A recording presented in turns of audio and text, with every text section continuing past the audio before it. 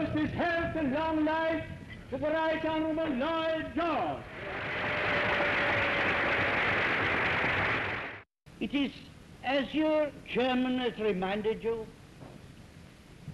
it is nearly 16 years since he recruited me to the Zionist movement. The United States was proud to be the first nation to recognize Israel's independence. And on this landmark anniversary, America is proud to be Israel's closest ally and best friend in the world.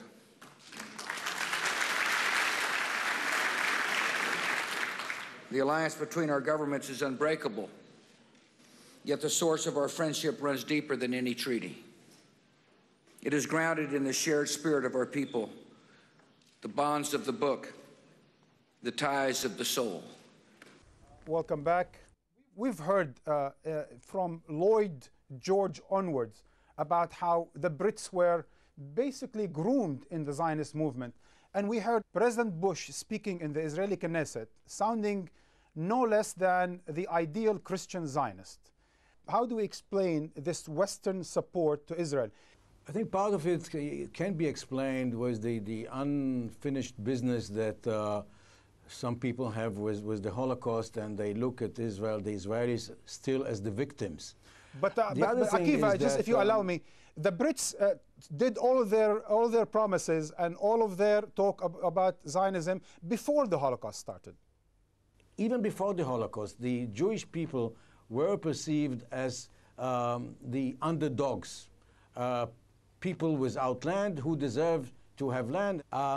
But I think that the answer is more political. The Israelis and the Jewish community has been able to mobilize their influence, its money. And you know, in the United States, if you want to understand American politics, follow the money. Do you agree, Rami, that it's a question of support within those Western capitals, and it's a question of solidarity with the Jewish people? You know, it's all of these things together. There's also the biblical associations. There's the sense of compensating for the Holocaust. There's a tradition in modern times of the Israelis linking themselves to the democratic free West, while the Arabs were either communists or now they're terrorists or they're oil blackmailers. We tend to find ourselves on different sides, Israel with the West, we against the West. Now the tradition in Washington and Tel Aviv and Europe partly is to link the Palestinians and Hamas and Hezbollah with bin Laden and the Islamic radicals. So there's a whole bunch of different reasons, as well as intense lobbying, successful lobbying by the pro-Israeli groups who are not all Jewish. Rami said something which is quite important. We have now the Palestinian-Israeli conflict is a global conflict. Yes. And you have everything within, Islam and the West, democracy versus anything which is coming from the Arabs, which is no democracy. All this is there, and we have this. At the same time, what is happening in the West, and it's crucial to understand this, because it's crucial for the future also of the Western countries and the European countries, is that 20 years ago, the support towards Israel was more than 70% coming from the people in Europe. Now we have 67% of the European population much more supportive of the Palestinians. So something is changing within the countries, and this is also something that we have to say. The Muslim presence, the Arab presence, us being citizens in Europe, being informed and not stopping talking about it, not saying that it's not acceptable. I think that this also has to do with what we hear now about, you know, this Arabs and Muslims being a threat from within the European countries. I think one of the most important things to understand, not only about the Nakba, is that it was a colonial project, and that the Zionist movement was a part of the colonial movement. So we're dealing with a Western project in its essence. So there's no comparison in a sense between two sides that are fighting each other equally. I would like to take this to AKIVA. AKIVA, it sounds to me that appeasing few thousands of settlers is not only enraging Muslims and Arabs, and hundreds of millions of them, but it's also enraging Western public opinion. That very explanation you just gave me about solidarity with the Holocaust survivors being confused with indifference to Palestinian suffering is backfiring to the AKIVA, isn't it? Yeah, but you know, I would even aim a little bit higher than you. Please, you know, be my guest. Barak said to Yeah, you know, Ehud Barak said a few years ago to my colleague Gideon Levy that if he was a Palestinian, he would join one of the terrorist organizations. I would say if I was Palestinian, I would do the opposite. I would stop all kind of violence. I would even do everything to stop corruption. I would behave perfectly and just sit and wait. And this is the question. But haven't they done that, AKIVA? I'm afraid I think they've done that just the last several months. Didn't they call for a whole unilateral ceasefire? And nothing seemed to help. Yeah, but you know, once in a while, someone is launching a Qassam rocket and breaks it.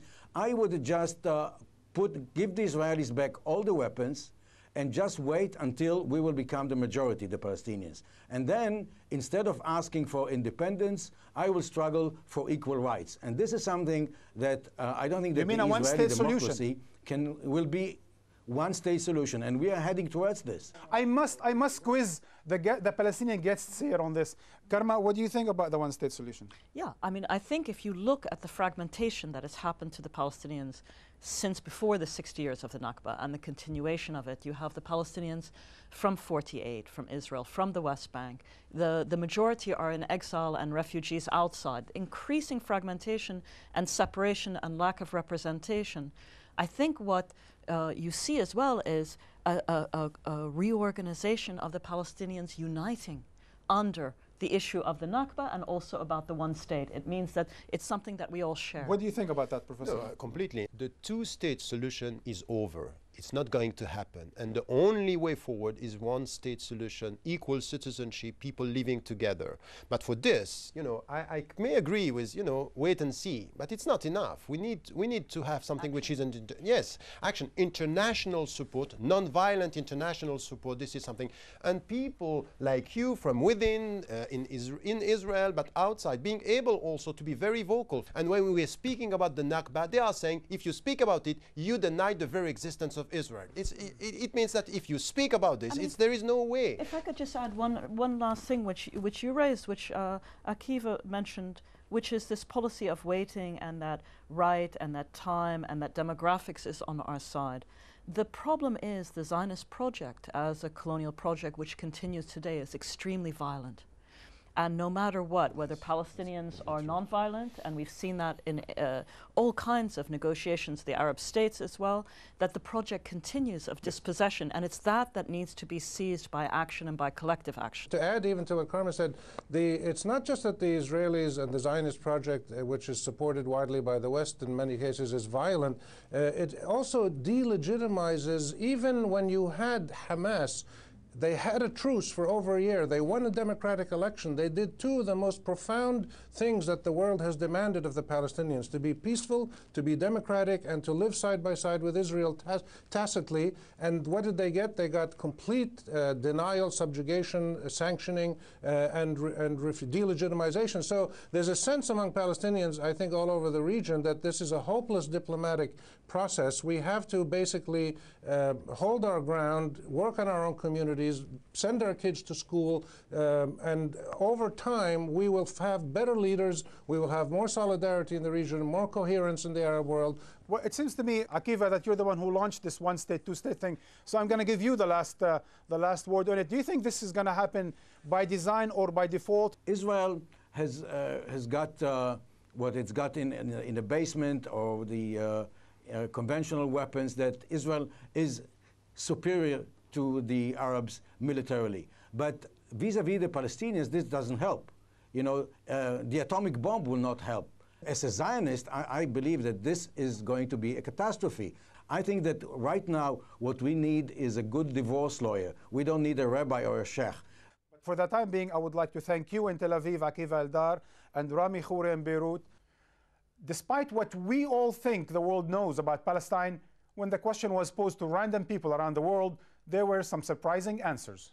I know so little, and it's to my utter shame. I just think I wish I knew what was going on there a lot more. Sadness, oppression, dispossession, and what a waste. What should happen is that the Israelis have to acknowledge that they have done something very wrong to the Palestinian people, and on that basis they should move forward. Palestine, that was the old name for what is today Israel. I think the Palestinian people are people that are deprived of their rights, and they are oppressed. Oil companies, pretty much. Good for the Jewish people. Obviously hasn't been so good for the Palestinian people. You see it on the news all the time, like lots of war and stuff, like lots of fighting. That's all I know really about it. I think both sides have valid issues and claims, and probably won't be solved for any time in our lifetime. Palestine, what do you mean by Palestine? You talking the Arabs, you talking Israel, you talking Jordan also? Everyone has a different opinion when you say Palestine, what it is. It's a conglomerate of it all.